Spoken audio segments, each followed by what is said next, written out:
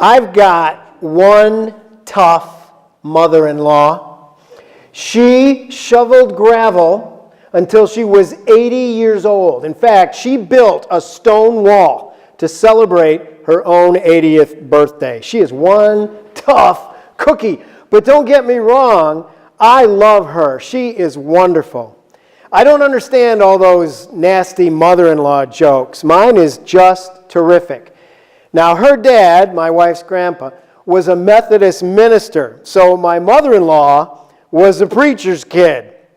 Well, my father-in-law, Paula's dad, used to tell me this: preachers' sons and preachers' daughters do the things they shouldn't oughter. Now, my mother-in-law vowed she would never, ever marry a minister because of growing up as a preacher's kid. Well, her daughter did. She got stuck with me. And there's something else about my wife's mom. You cannot just tell her you like something she has. If you do that, she is immediately going to try to give it to you. Generosity is second nature to her. She got her degree in textiles from Ohio State University. She made my wife's wedding dress, and she made the dresses for all the bridesmaids.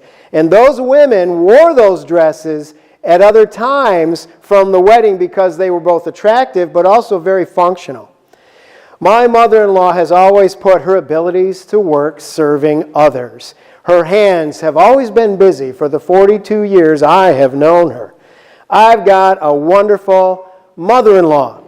And according to Mark's gospel, Simon Peter seems to have had a pretty wonderful mother-in-law as well. One day after a synagogue service, Jesus went to coffee hour at Simon Peter's house. Now, it turns out Simon's mother-in-law was sick with a fever. Jesus took her by the hand, and she was immediately well again. And what did she do next? She immediately started taking care of Jesus and Simon Peter and the whole gang. She had been helped, so she decided to help. She had been served, so she decided to serve. She had been healed, so she became a caregiver. I think that's the code of the mother-in-law. Not the evil mother-in-law of all those awful jokes, but the kind of mother-in-law who has blessed my life and apparently the life of Simon Peter as well. She'd been loved, so she loved others. She'd been served, so she served others. She'd been blessed, so she became a blessing. A good mother-in-law is a real treasure. Now, Simon Peter doesn't always look good in Mark's gospel. The very next day, the day after the healing of the mother-in-law and a bunch of other healings in the evening, Jesus slips out early in the morning. He needs some time alone, time to recharge, time to reflect, time to meditate, time to pray. Well, Peter finds him and interrupts his prayer time. Hey, come on! There's a big crowd. They're all looking for you. And you kind of can see Simon Peter eager to bask in the glory of being the right-hand man of this newly famous Jesus. Simon Peter's all about status. His mother-in-law is all about service. And that is the way of Jesus. It's not about power, it's about compassion.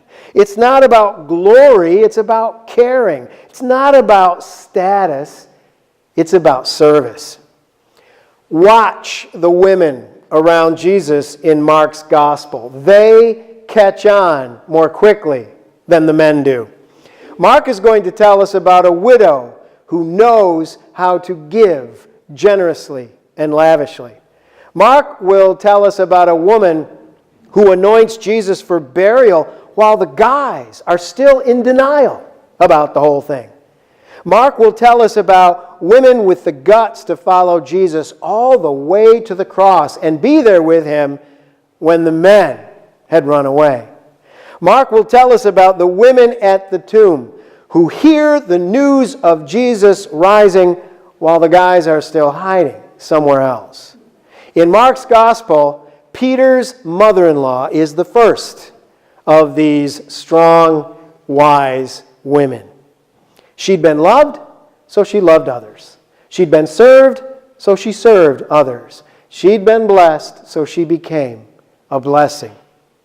A good mother-in-law is a treasure. Mine welcomed me into her family 42 years ago. She's given me all kinds of love and support in all the years since. I want to be as good a person as my mother-in-law thinks I am. And I want you to keep on being as good a church as I think you are. I want you to continue to give money and time to good causes, and that includes the Super Bowl, Ramp It Up, Chow, the canteen, the jail ministry, and others. You have been loved, and I see you loving others. You have been served, and I see you serving others. You have been blessed, and I see you as a blessing to others. You have shown me that you understand the way of Jesus and the code of the mother-in-law. A long time ago, far away from here, Jesus took the hand of a woman and lifted her up to serve. Again and again, I've seen you take the hand of Jesus and offer service in His name.